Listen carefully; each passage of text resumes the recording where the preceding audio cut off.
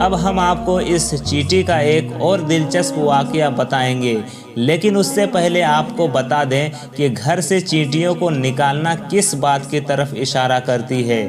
تو دوستو غور سے سن لیجئے، بزرگوں کے مطابق جس گھر میں چیٹیاں نکلنا بند نہ ہو تو اس بات کی نشانی ہے کہ اس گھر میں رزق کی برکت ہوتی ہے، یعنی اس گھر میں بہت رزق ہے۔ دوستو آپ خود سوچ لیجئے کہ ہمارے گھر میں موجود چیٹیاں ہمیں کس بارے میں بتاتی ہے، لیکن افسوس کہ ہم انہیں بھگانے کے چکر میں ہوتے ہیں۔ ہمارے گھر کے لوگ بھی الگ الگ دوائیوں کی تلاش میں لگے رہتے ہیں جن سے چیٹیاں ختم ہو جائے۔ ایسا بالکل بھی مت کیجیے دوستو، اپنے گھروں سے چیٹیوں کو مت نکالیے، یہ آپ کے گھر میں رزق کی برکت کی وجہ سے آتی ہے اور اپنے حصے کے رزق کے لیے آپ کے گھر میں موجود ہوتی ہے، اس لیے چیٹیوں کو مارا نہ جائے، بلکہ یہ تو آپ کے رزق کی برکت کی طرف اشارہ کرتی ہے۔ ان کو دیکھ کر ان سے دشمنی نہیں کرنی چاہیے اور ان کو مارنا بھی نہیں چاہیے۔ دوستو آپ نے چیٹیوں کے بارے میں ان کی حقیقت تو جان لی، لیکن چلیے اب آپ کو حضرت سلیمان علیہ السلام کے دور کا ایک اور چیٹی کا واقعہ بتاتے ہیں جس کا ذکر اللہ تعالیٰ نے قرآن شریف میں فرمایا ہے۔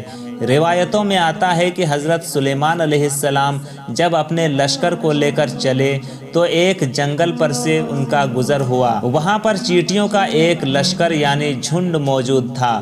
ان چیٹیوں کے لشکر نے سلیمان علیہ السلام کو دیکھ کر ایک چیٹی نے سبھی چیٹیوں سے کہا، جاؤ اپنے سوراخوں میں چلی جاؤ، کہیں ایسا نہ ہو کہ سلیمان علیہ السلام اپنے لشکر کے ساتھ ہمیں بھی کچل ڈالے اور انہیں پتہ بھی نہ چلے۔ حضرت حسن رضی اللہ تعالی عنہ فرماتے ہیں اس چیٹی کا نام ہرمس تھا اور یہ بنو شعبان کے قبیلے سے تھی اور یہ چیٹی لنگڑی تھی۔ اس کو خوف ہوا کہ کہیں حضرت سلیمان علیہ السلام اپنے لشکر کے ساتھ کچل نہ دے۔ چیٹی کی یہ بات سن کر حضرت سلیمان علیہ السلام کو ہنسی آ گئی اور اسی وقت اللہ تعالیٰ سے دعا کیے کہ مجھے اپنی نعمتوں کا شکر ادا کرنے کا الہام کر جو تم نے مجھ پر انعام کی ہے، جیسے پرندوں اور جانوروں کی زبان وغیرہ سکھا دینا۔ تو نے یہ جو نعمتیں میرے والدین پر کی ہے اور مجھے نیک عمل کرنے کی توفیق دے جن سے تو خوش ہو، اور جب میں اس دنیا سے جاؤں تو مجھے اپنے نیک بندوں اور بلند رفقا میں ملا دے جو تیرے دوست ہیں۔ حضرت سلیمان علیہ السلام جانوروں کی بولیاں سمجھتے تھے، اس چیٹی کی بات کو سمجھ گئے اور انہیں ہنسی آ گئی۔ دوستو اللہ تعالیٰ کو اس چیٹی کی ادا بے حد پسند آ گئی اور اس چیٹی نے اپنے قبیلے کی باقی چیٹیوں کی فکر کی، اس لیے اللہ تعالیٰ نے اس چیٹی کا ذکر اپنی مقدس کتاب قرآن شریف میں کیا اور اس چیٹی کے نام پر پوری سورت قرآن پاک میں نازل فرمائی۔ دوستو حضرت سلیمان علیہ السلام کے دور کی ایک اور چیٹی کا ذکر بھی کتابوں میں ملتا ہے۔ ابن ابی حاتم میں ہے کہ ایک مرتبہ حضرت سلیمان علیہ السلام بارش نہ ہونے کی وجہ سے نماز پڑھنے کے لیے باہر نکلے تاکہ اللہ تعالیٰ بارش کر دے۔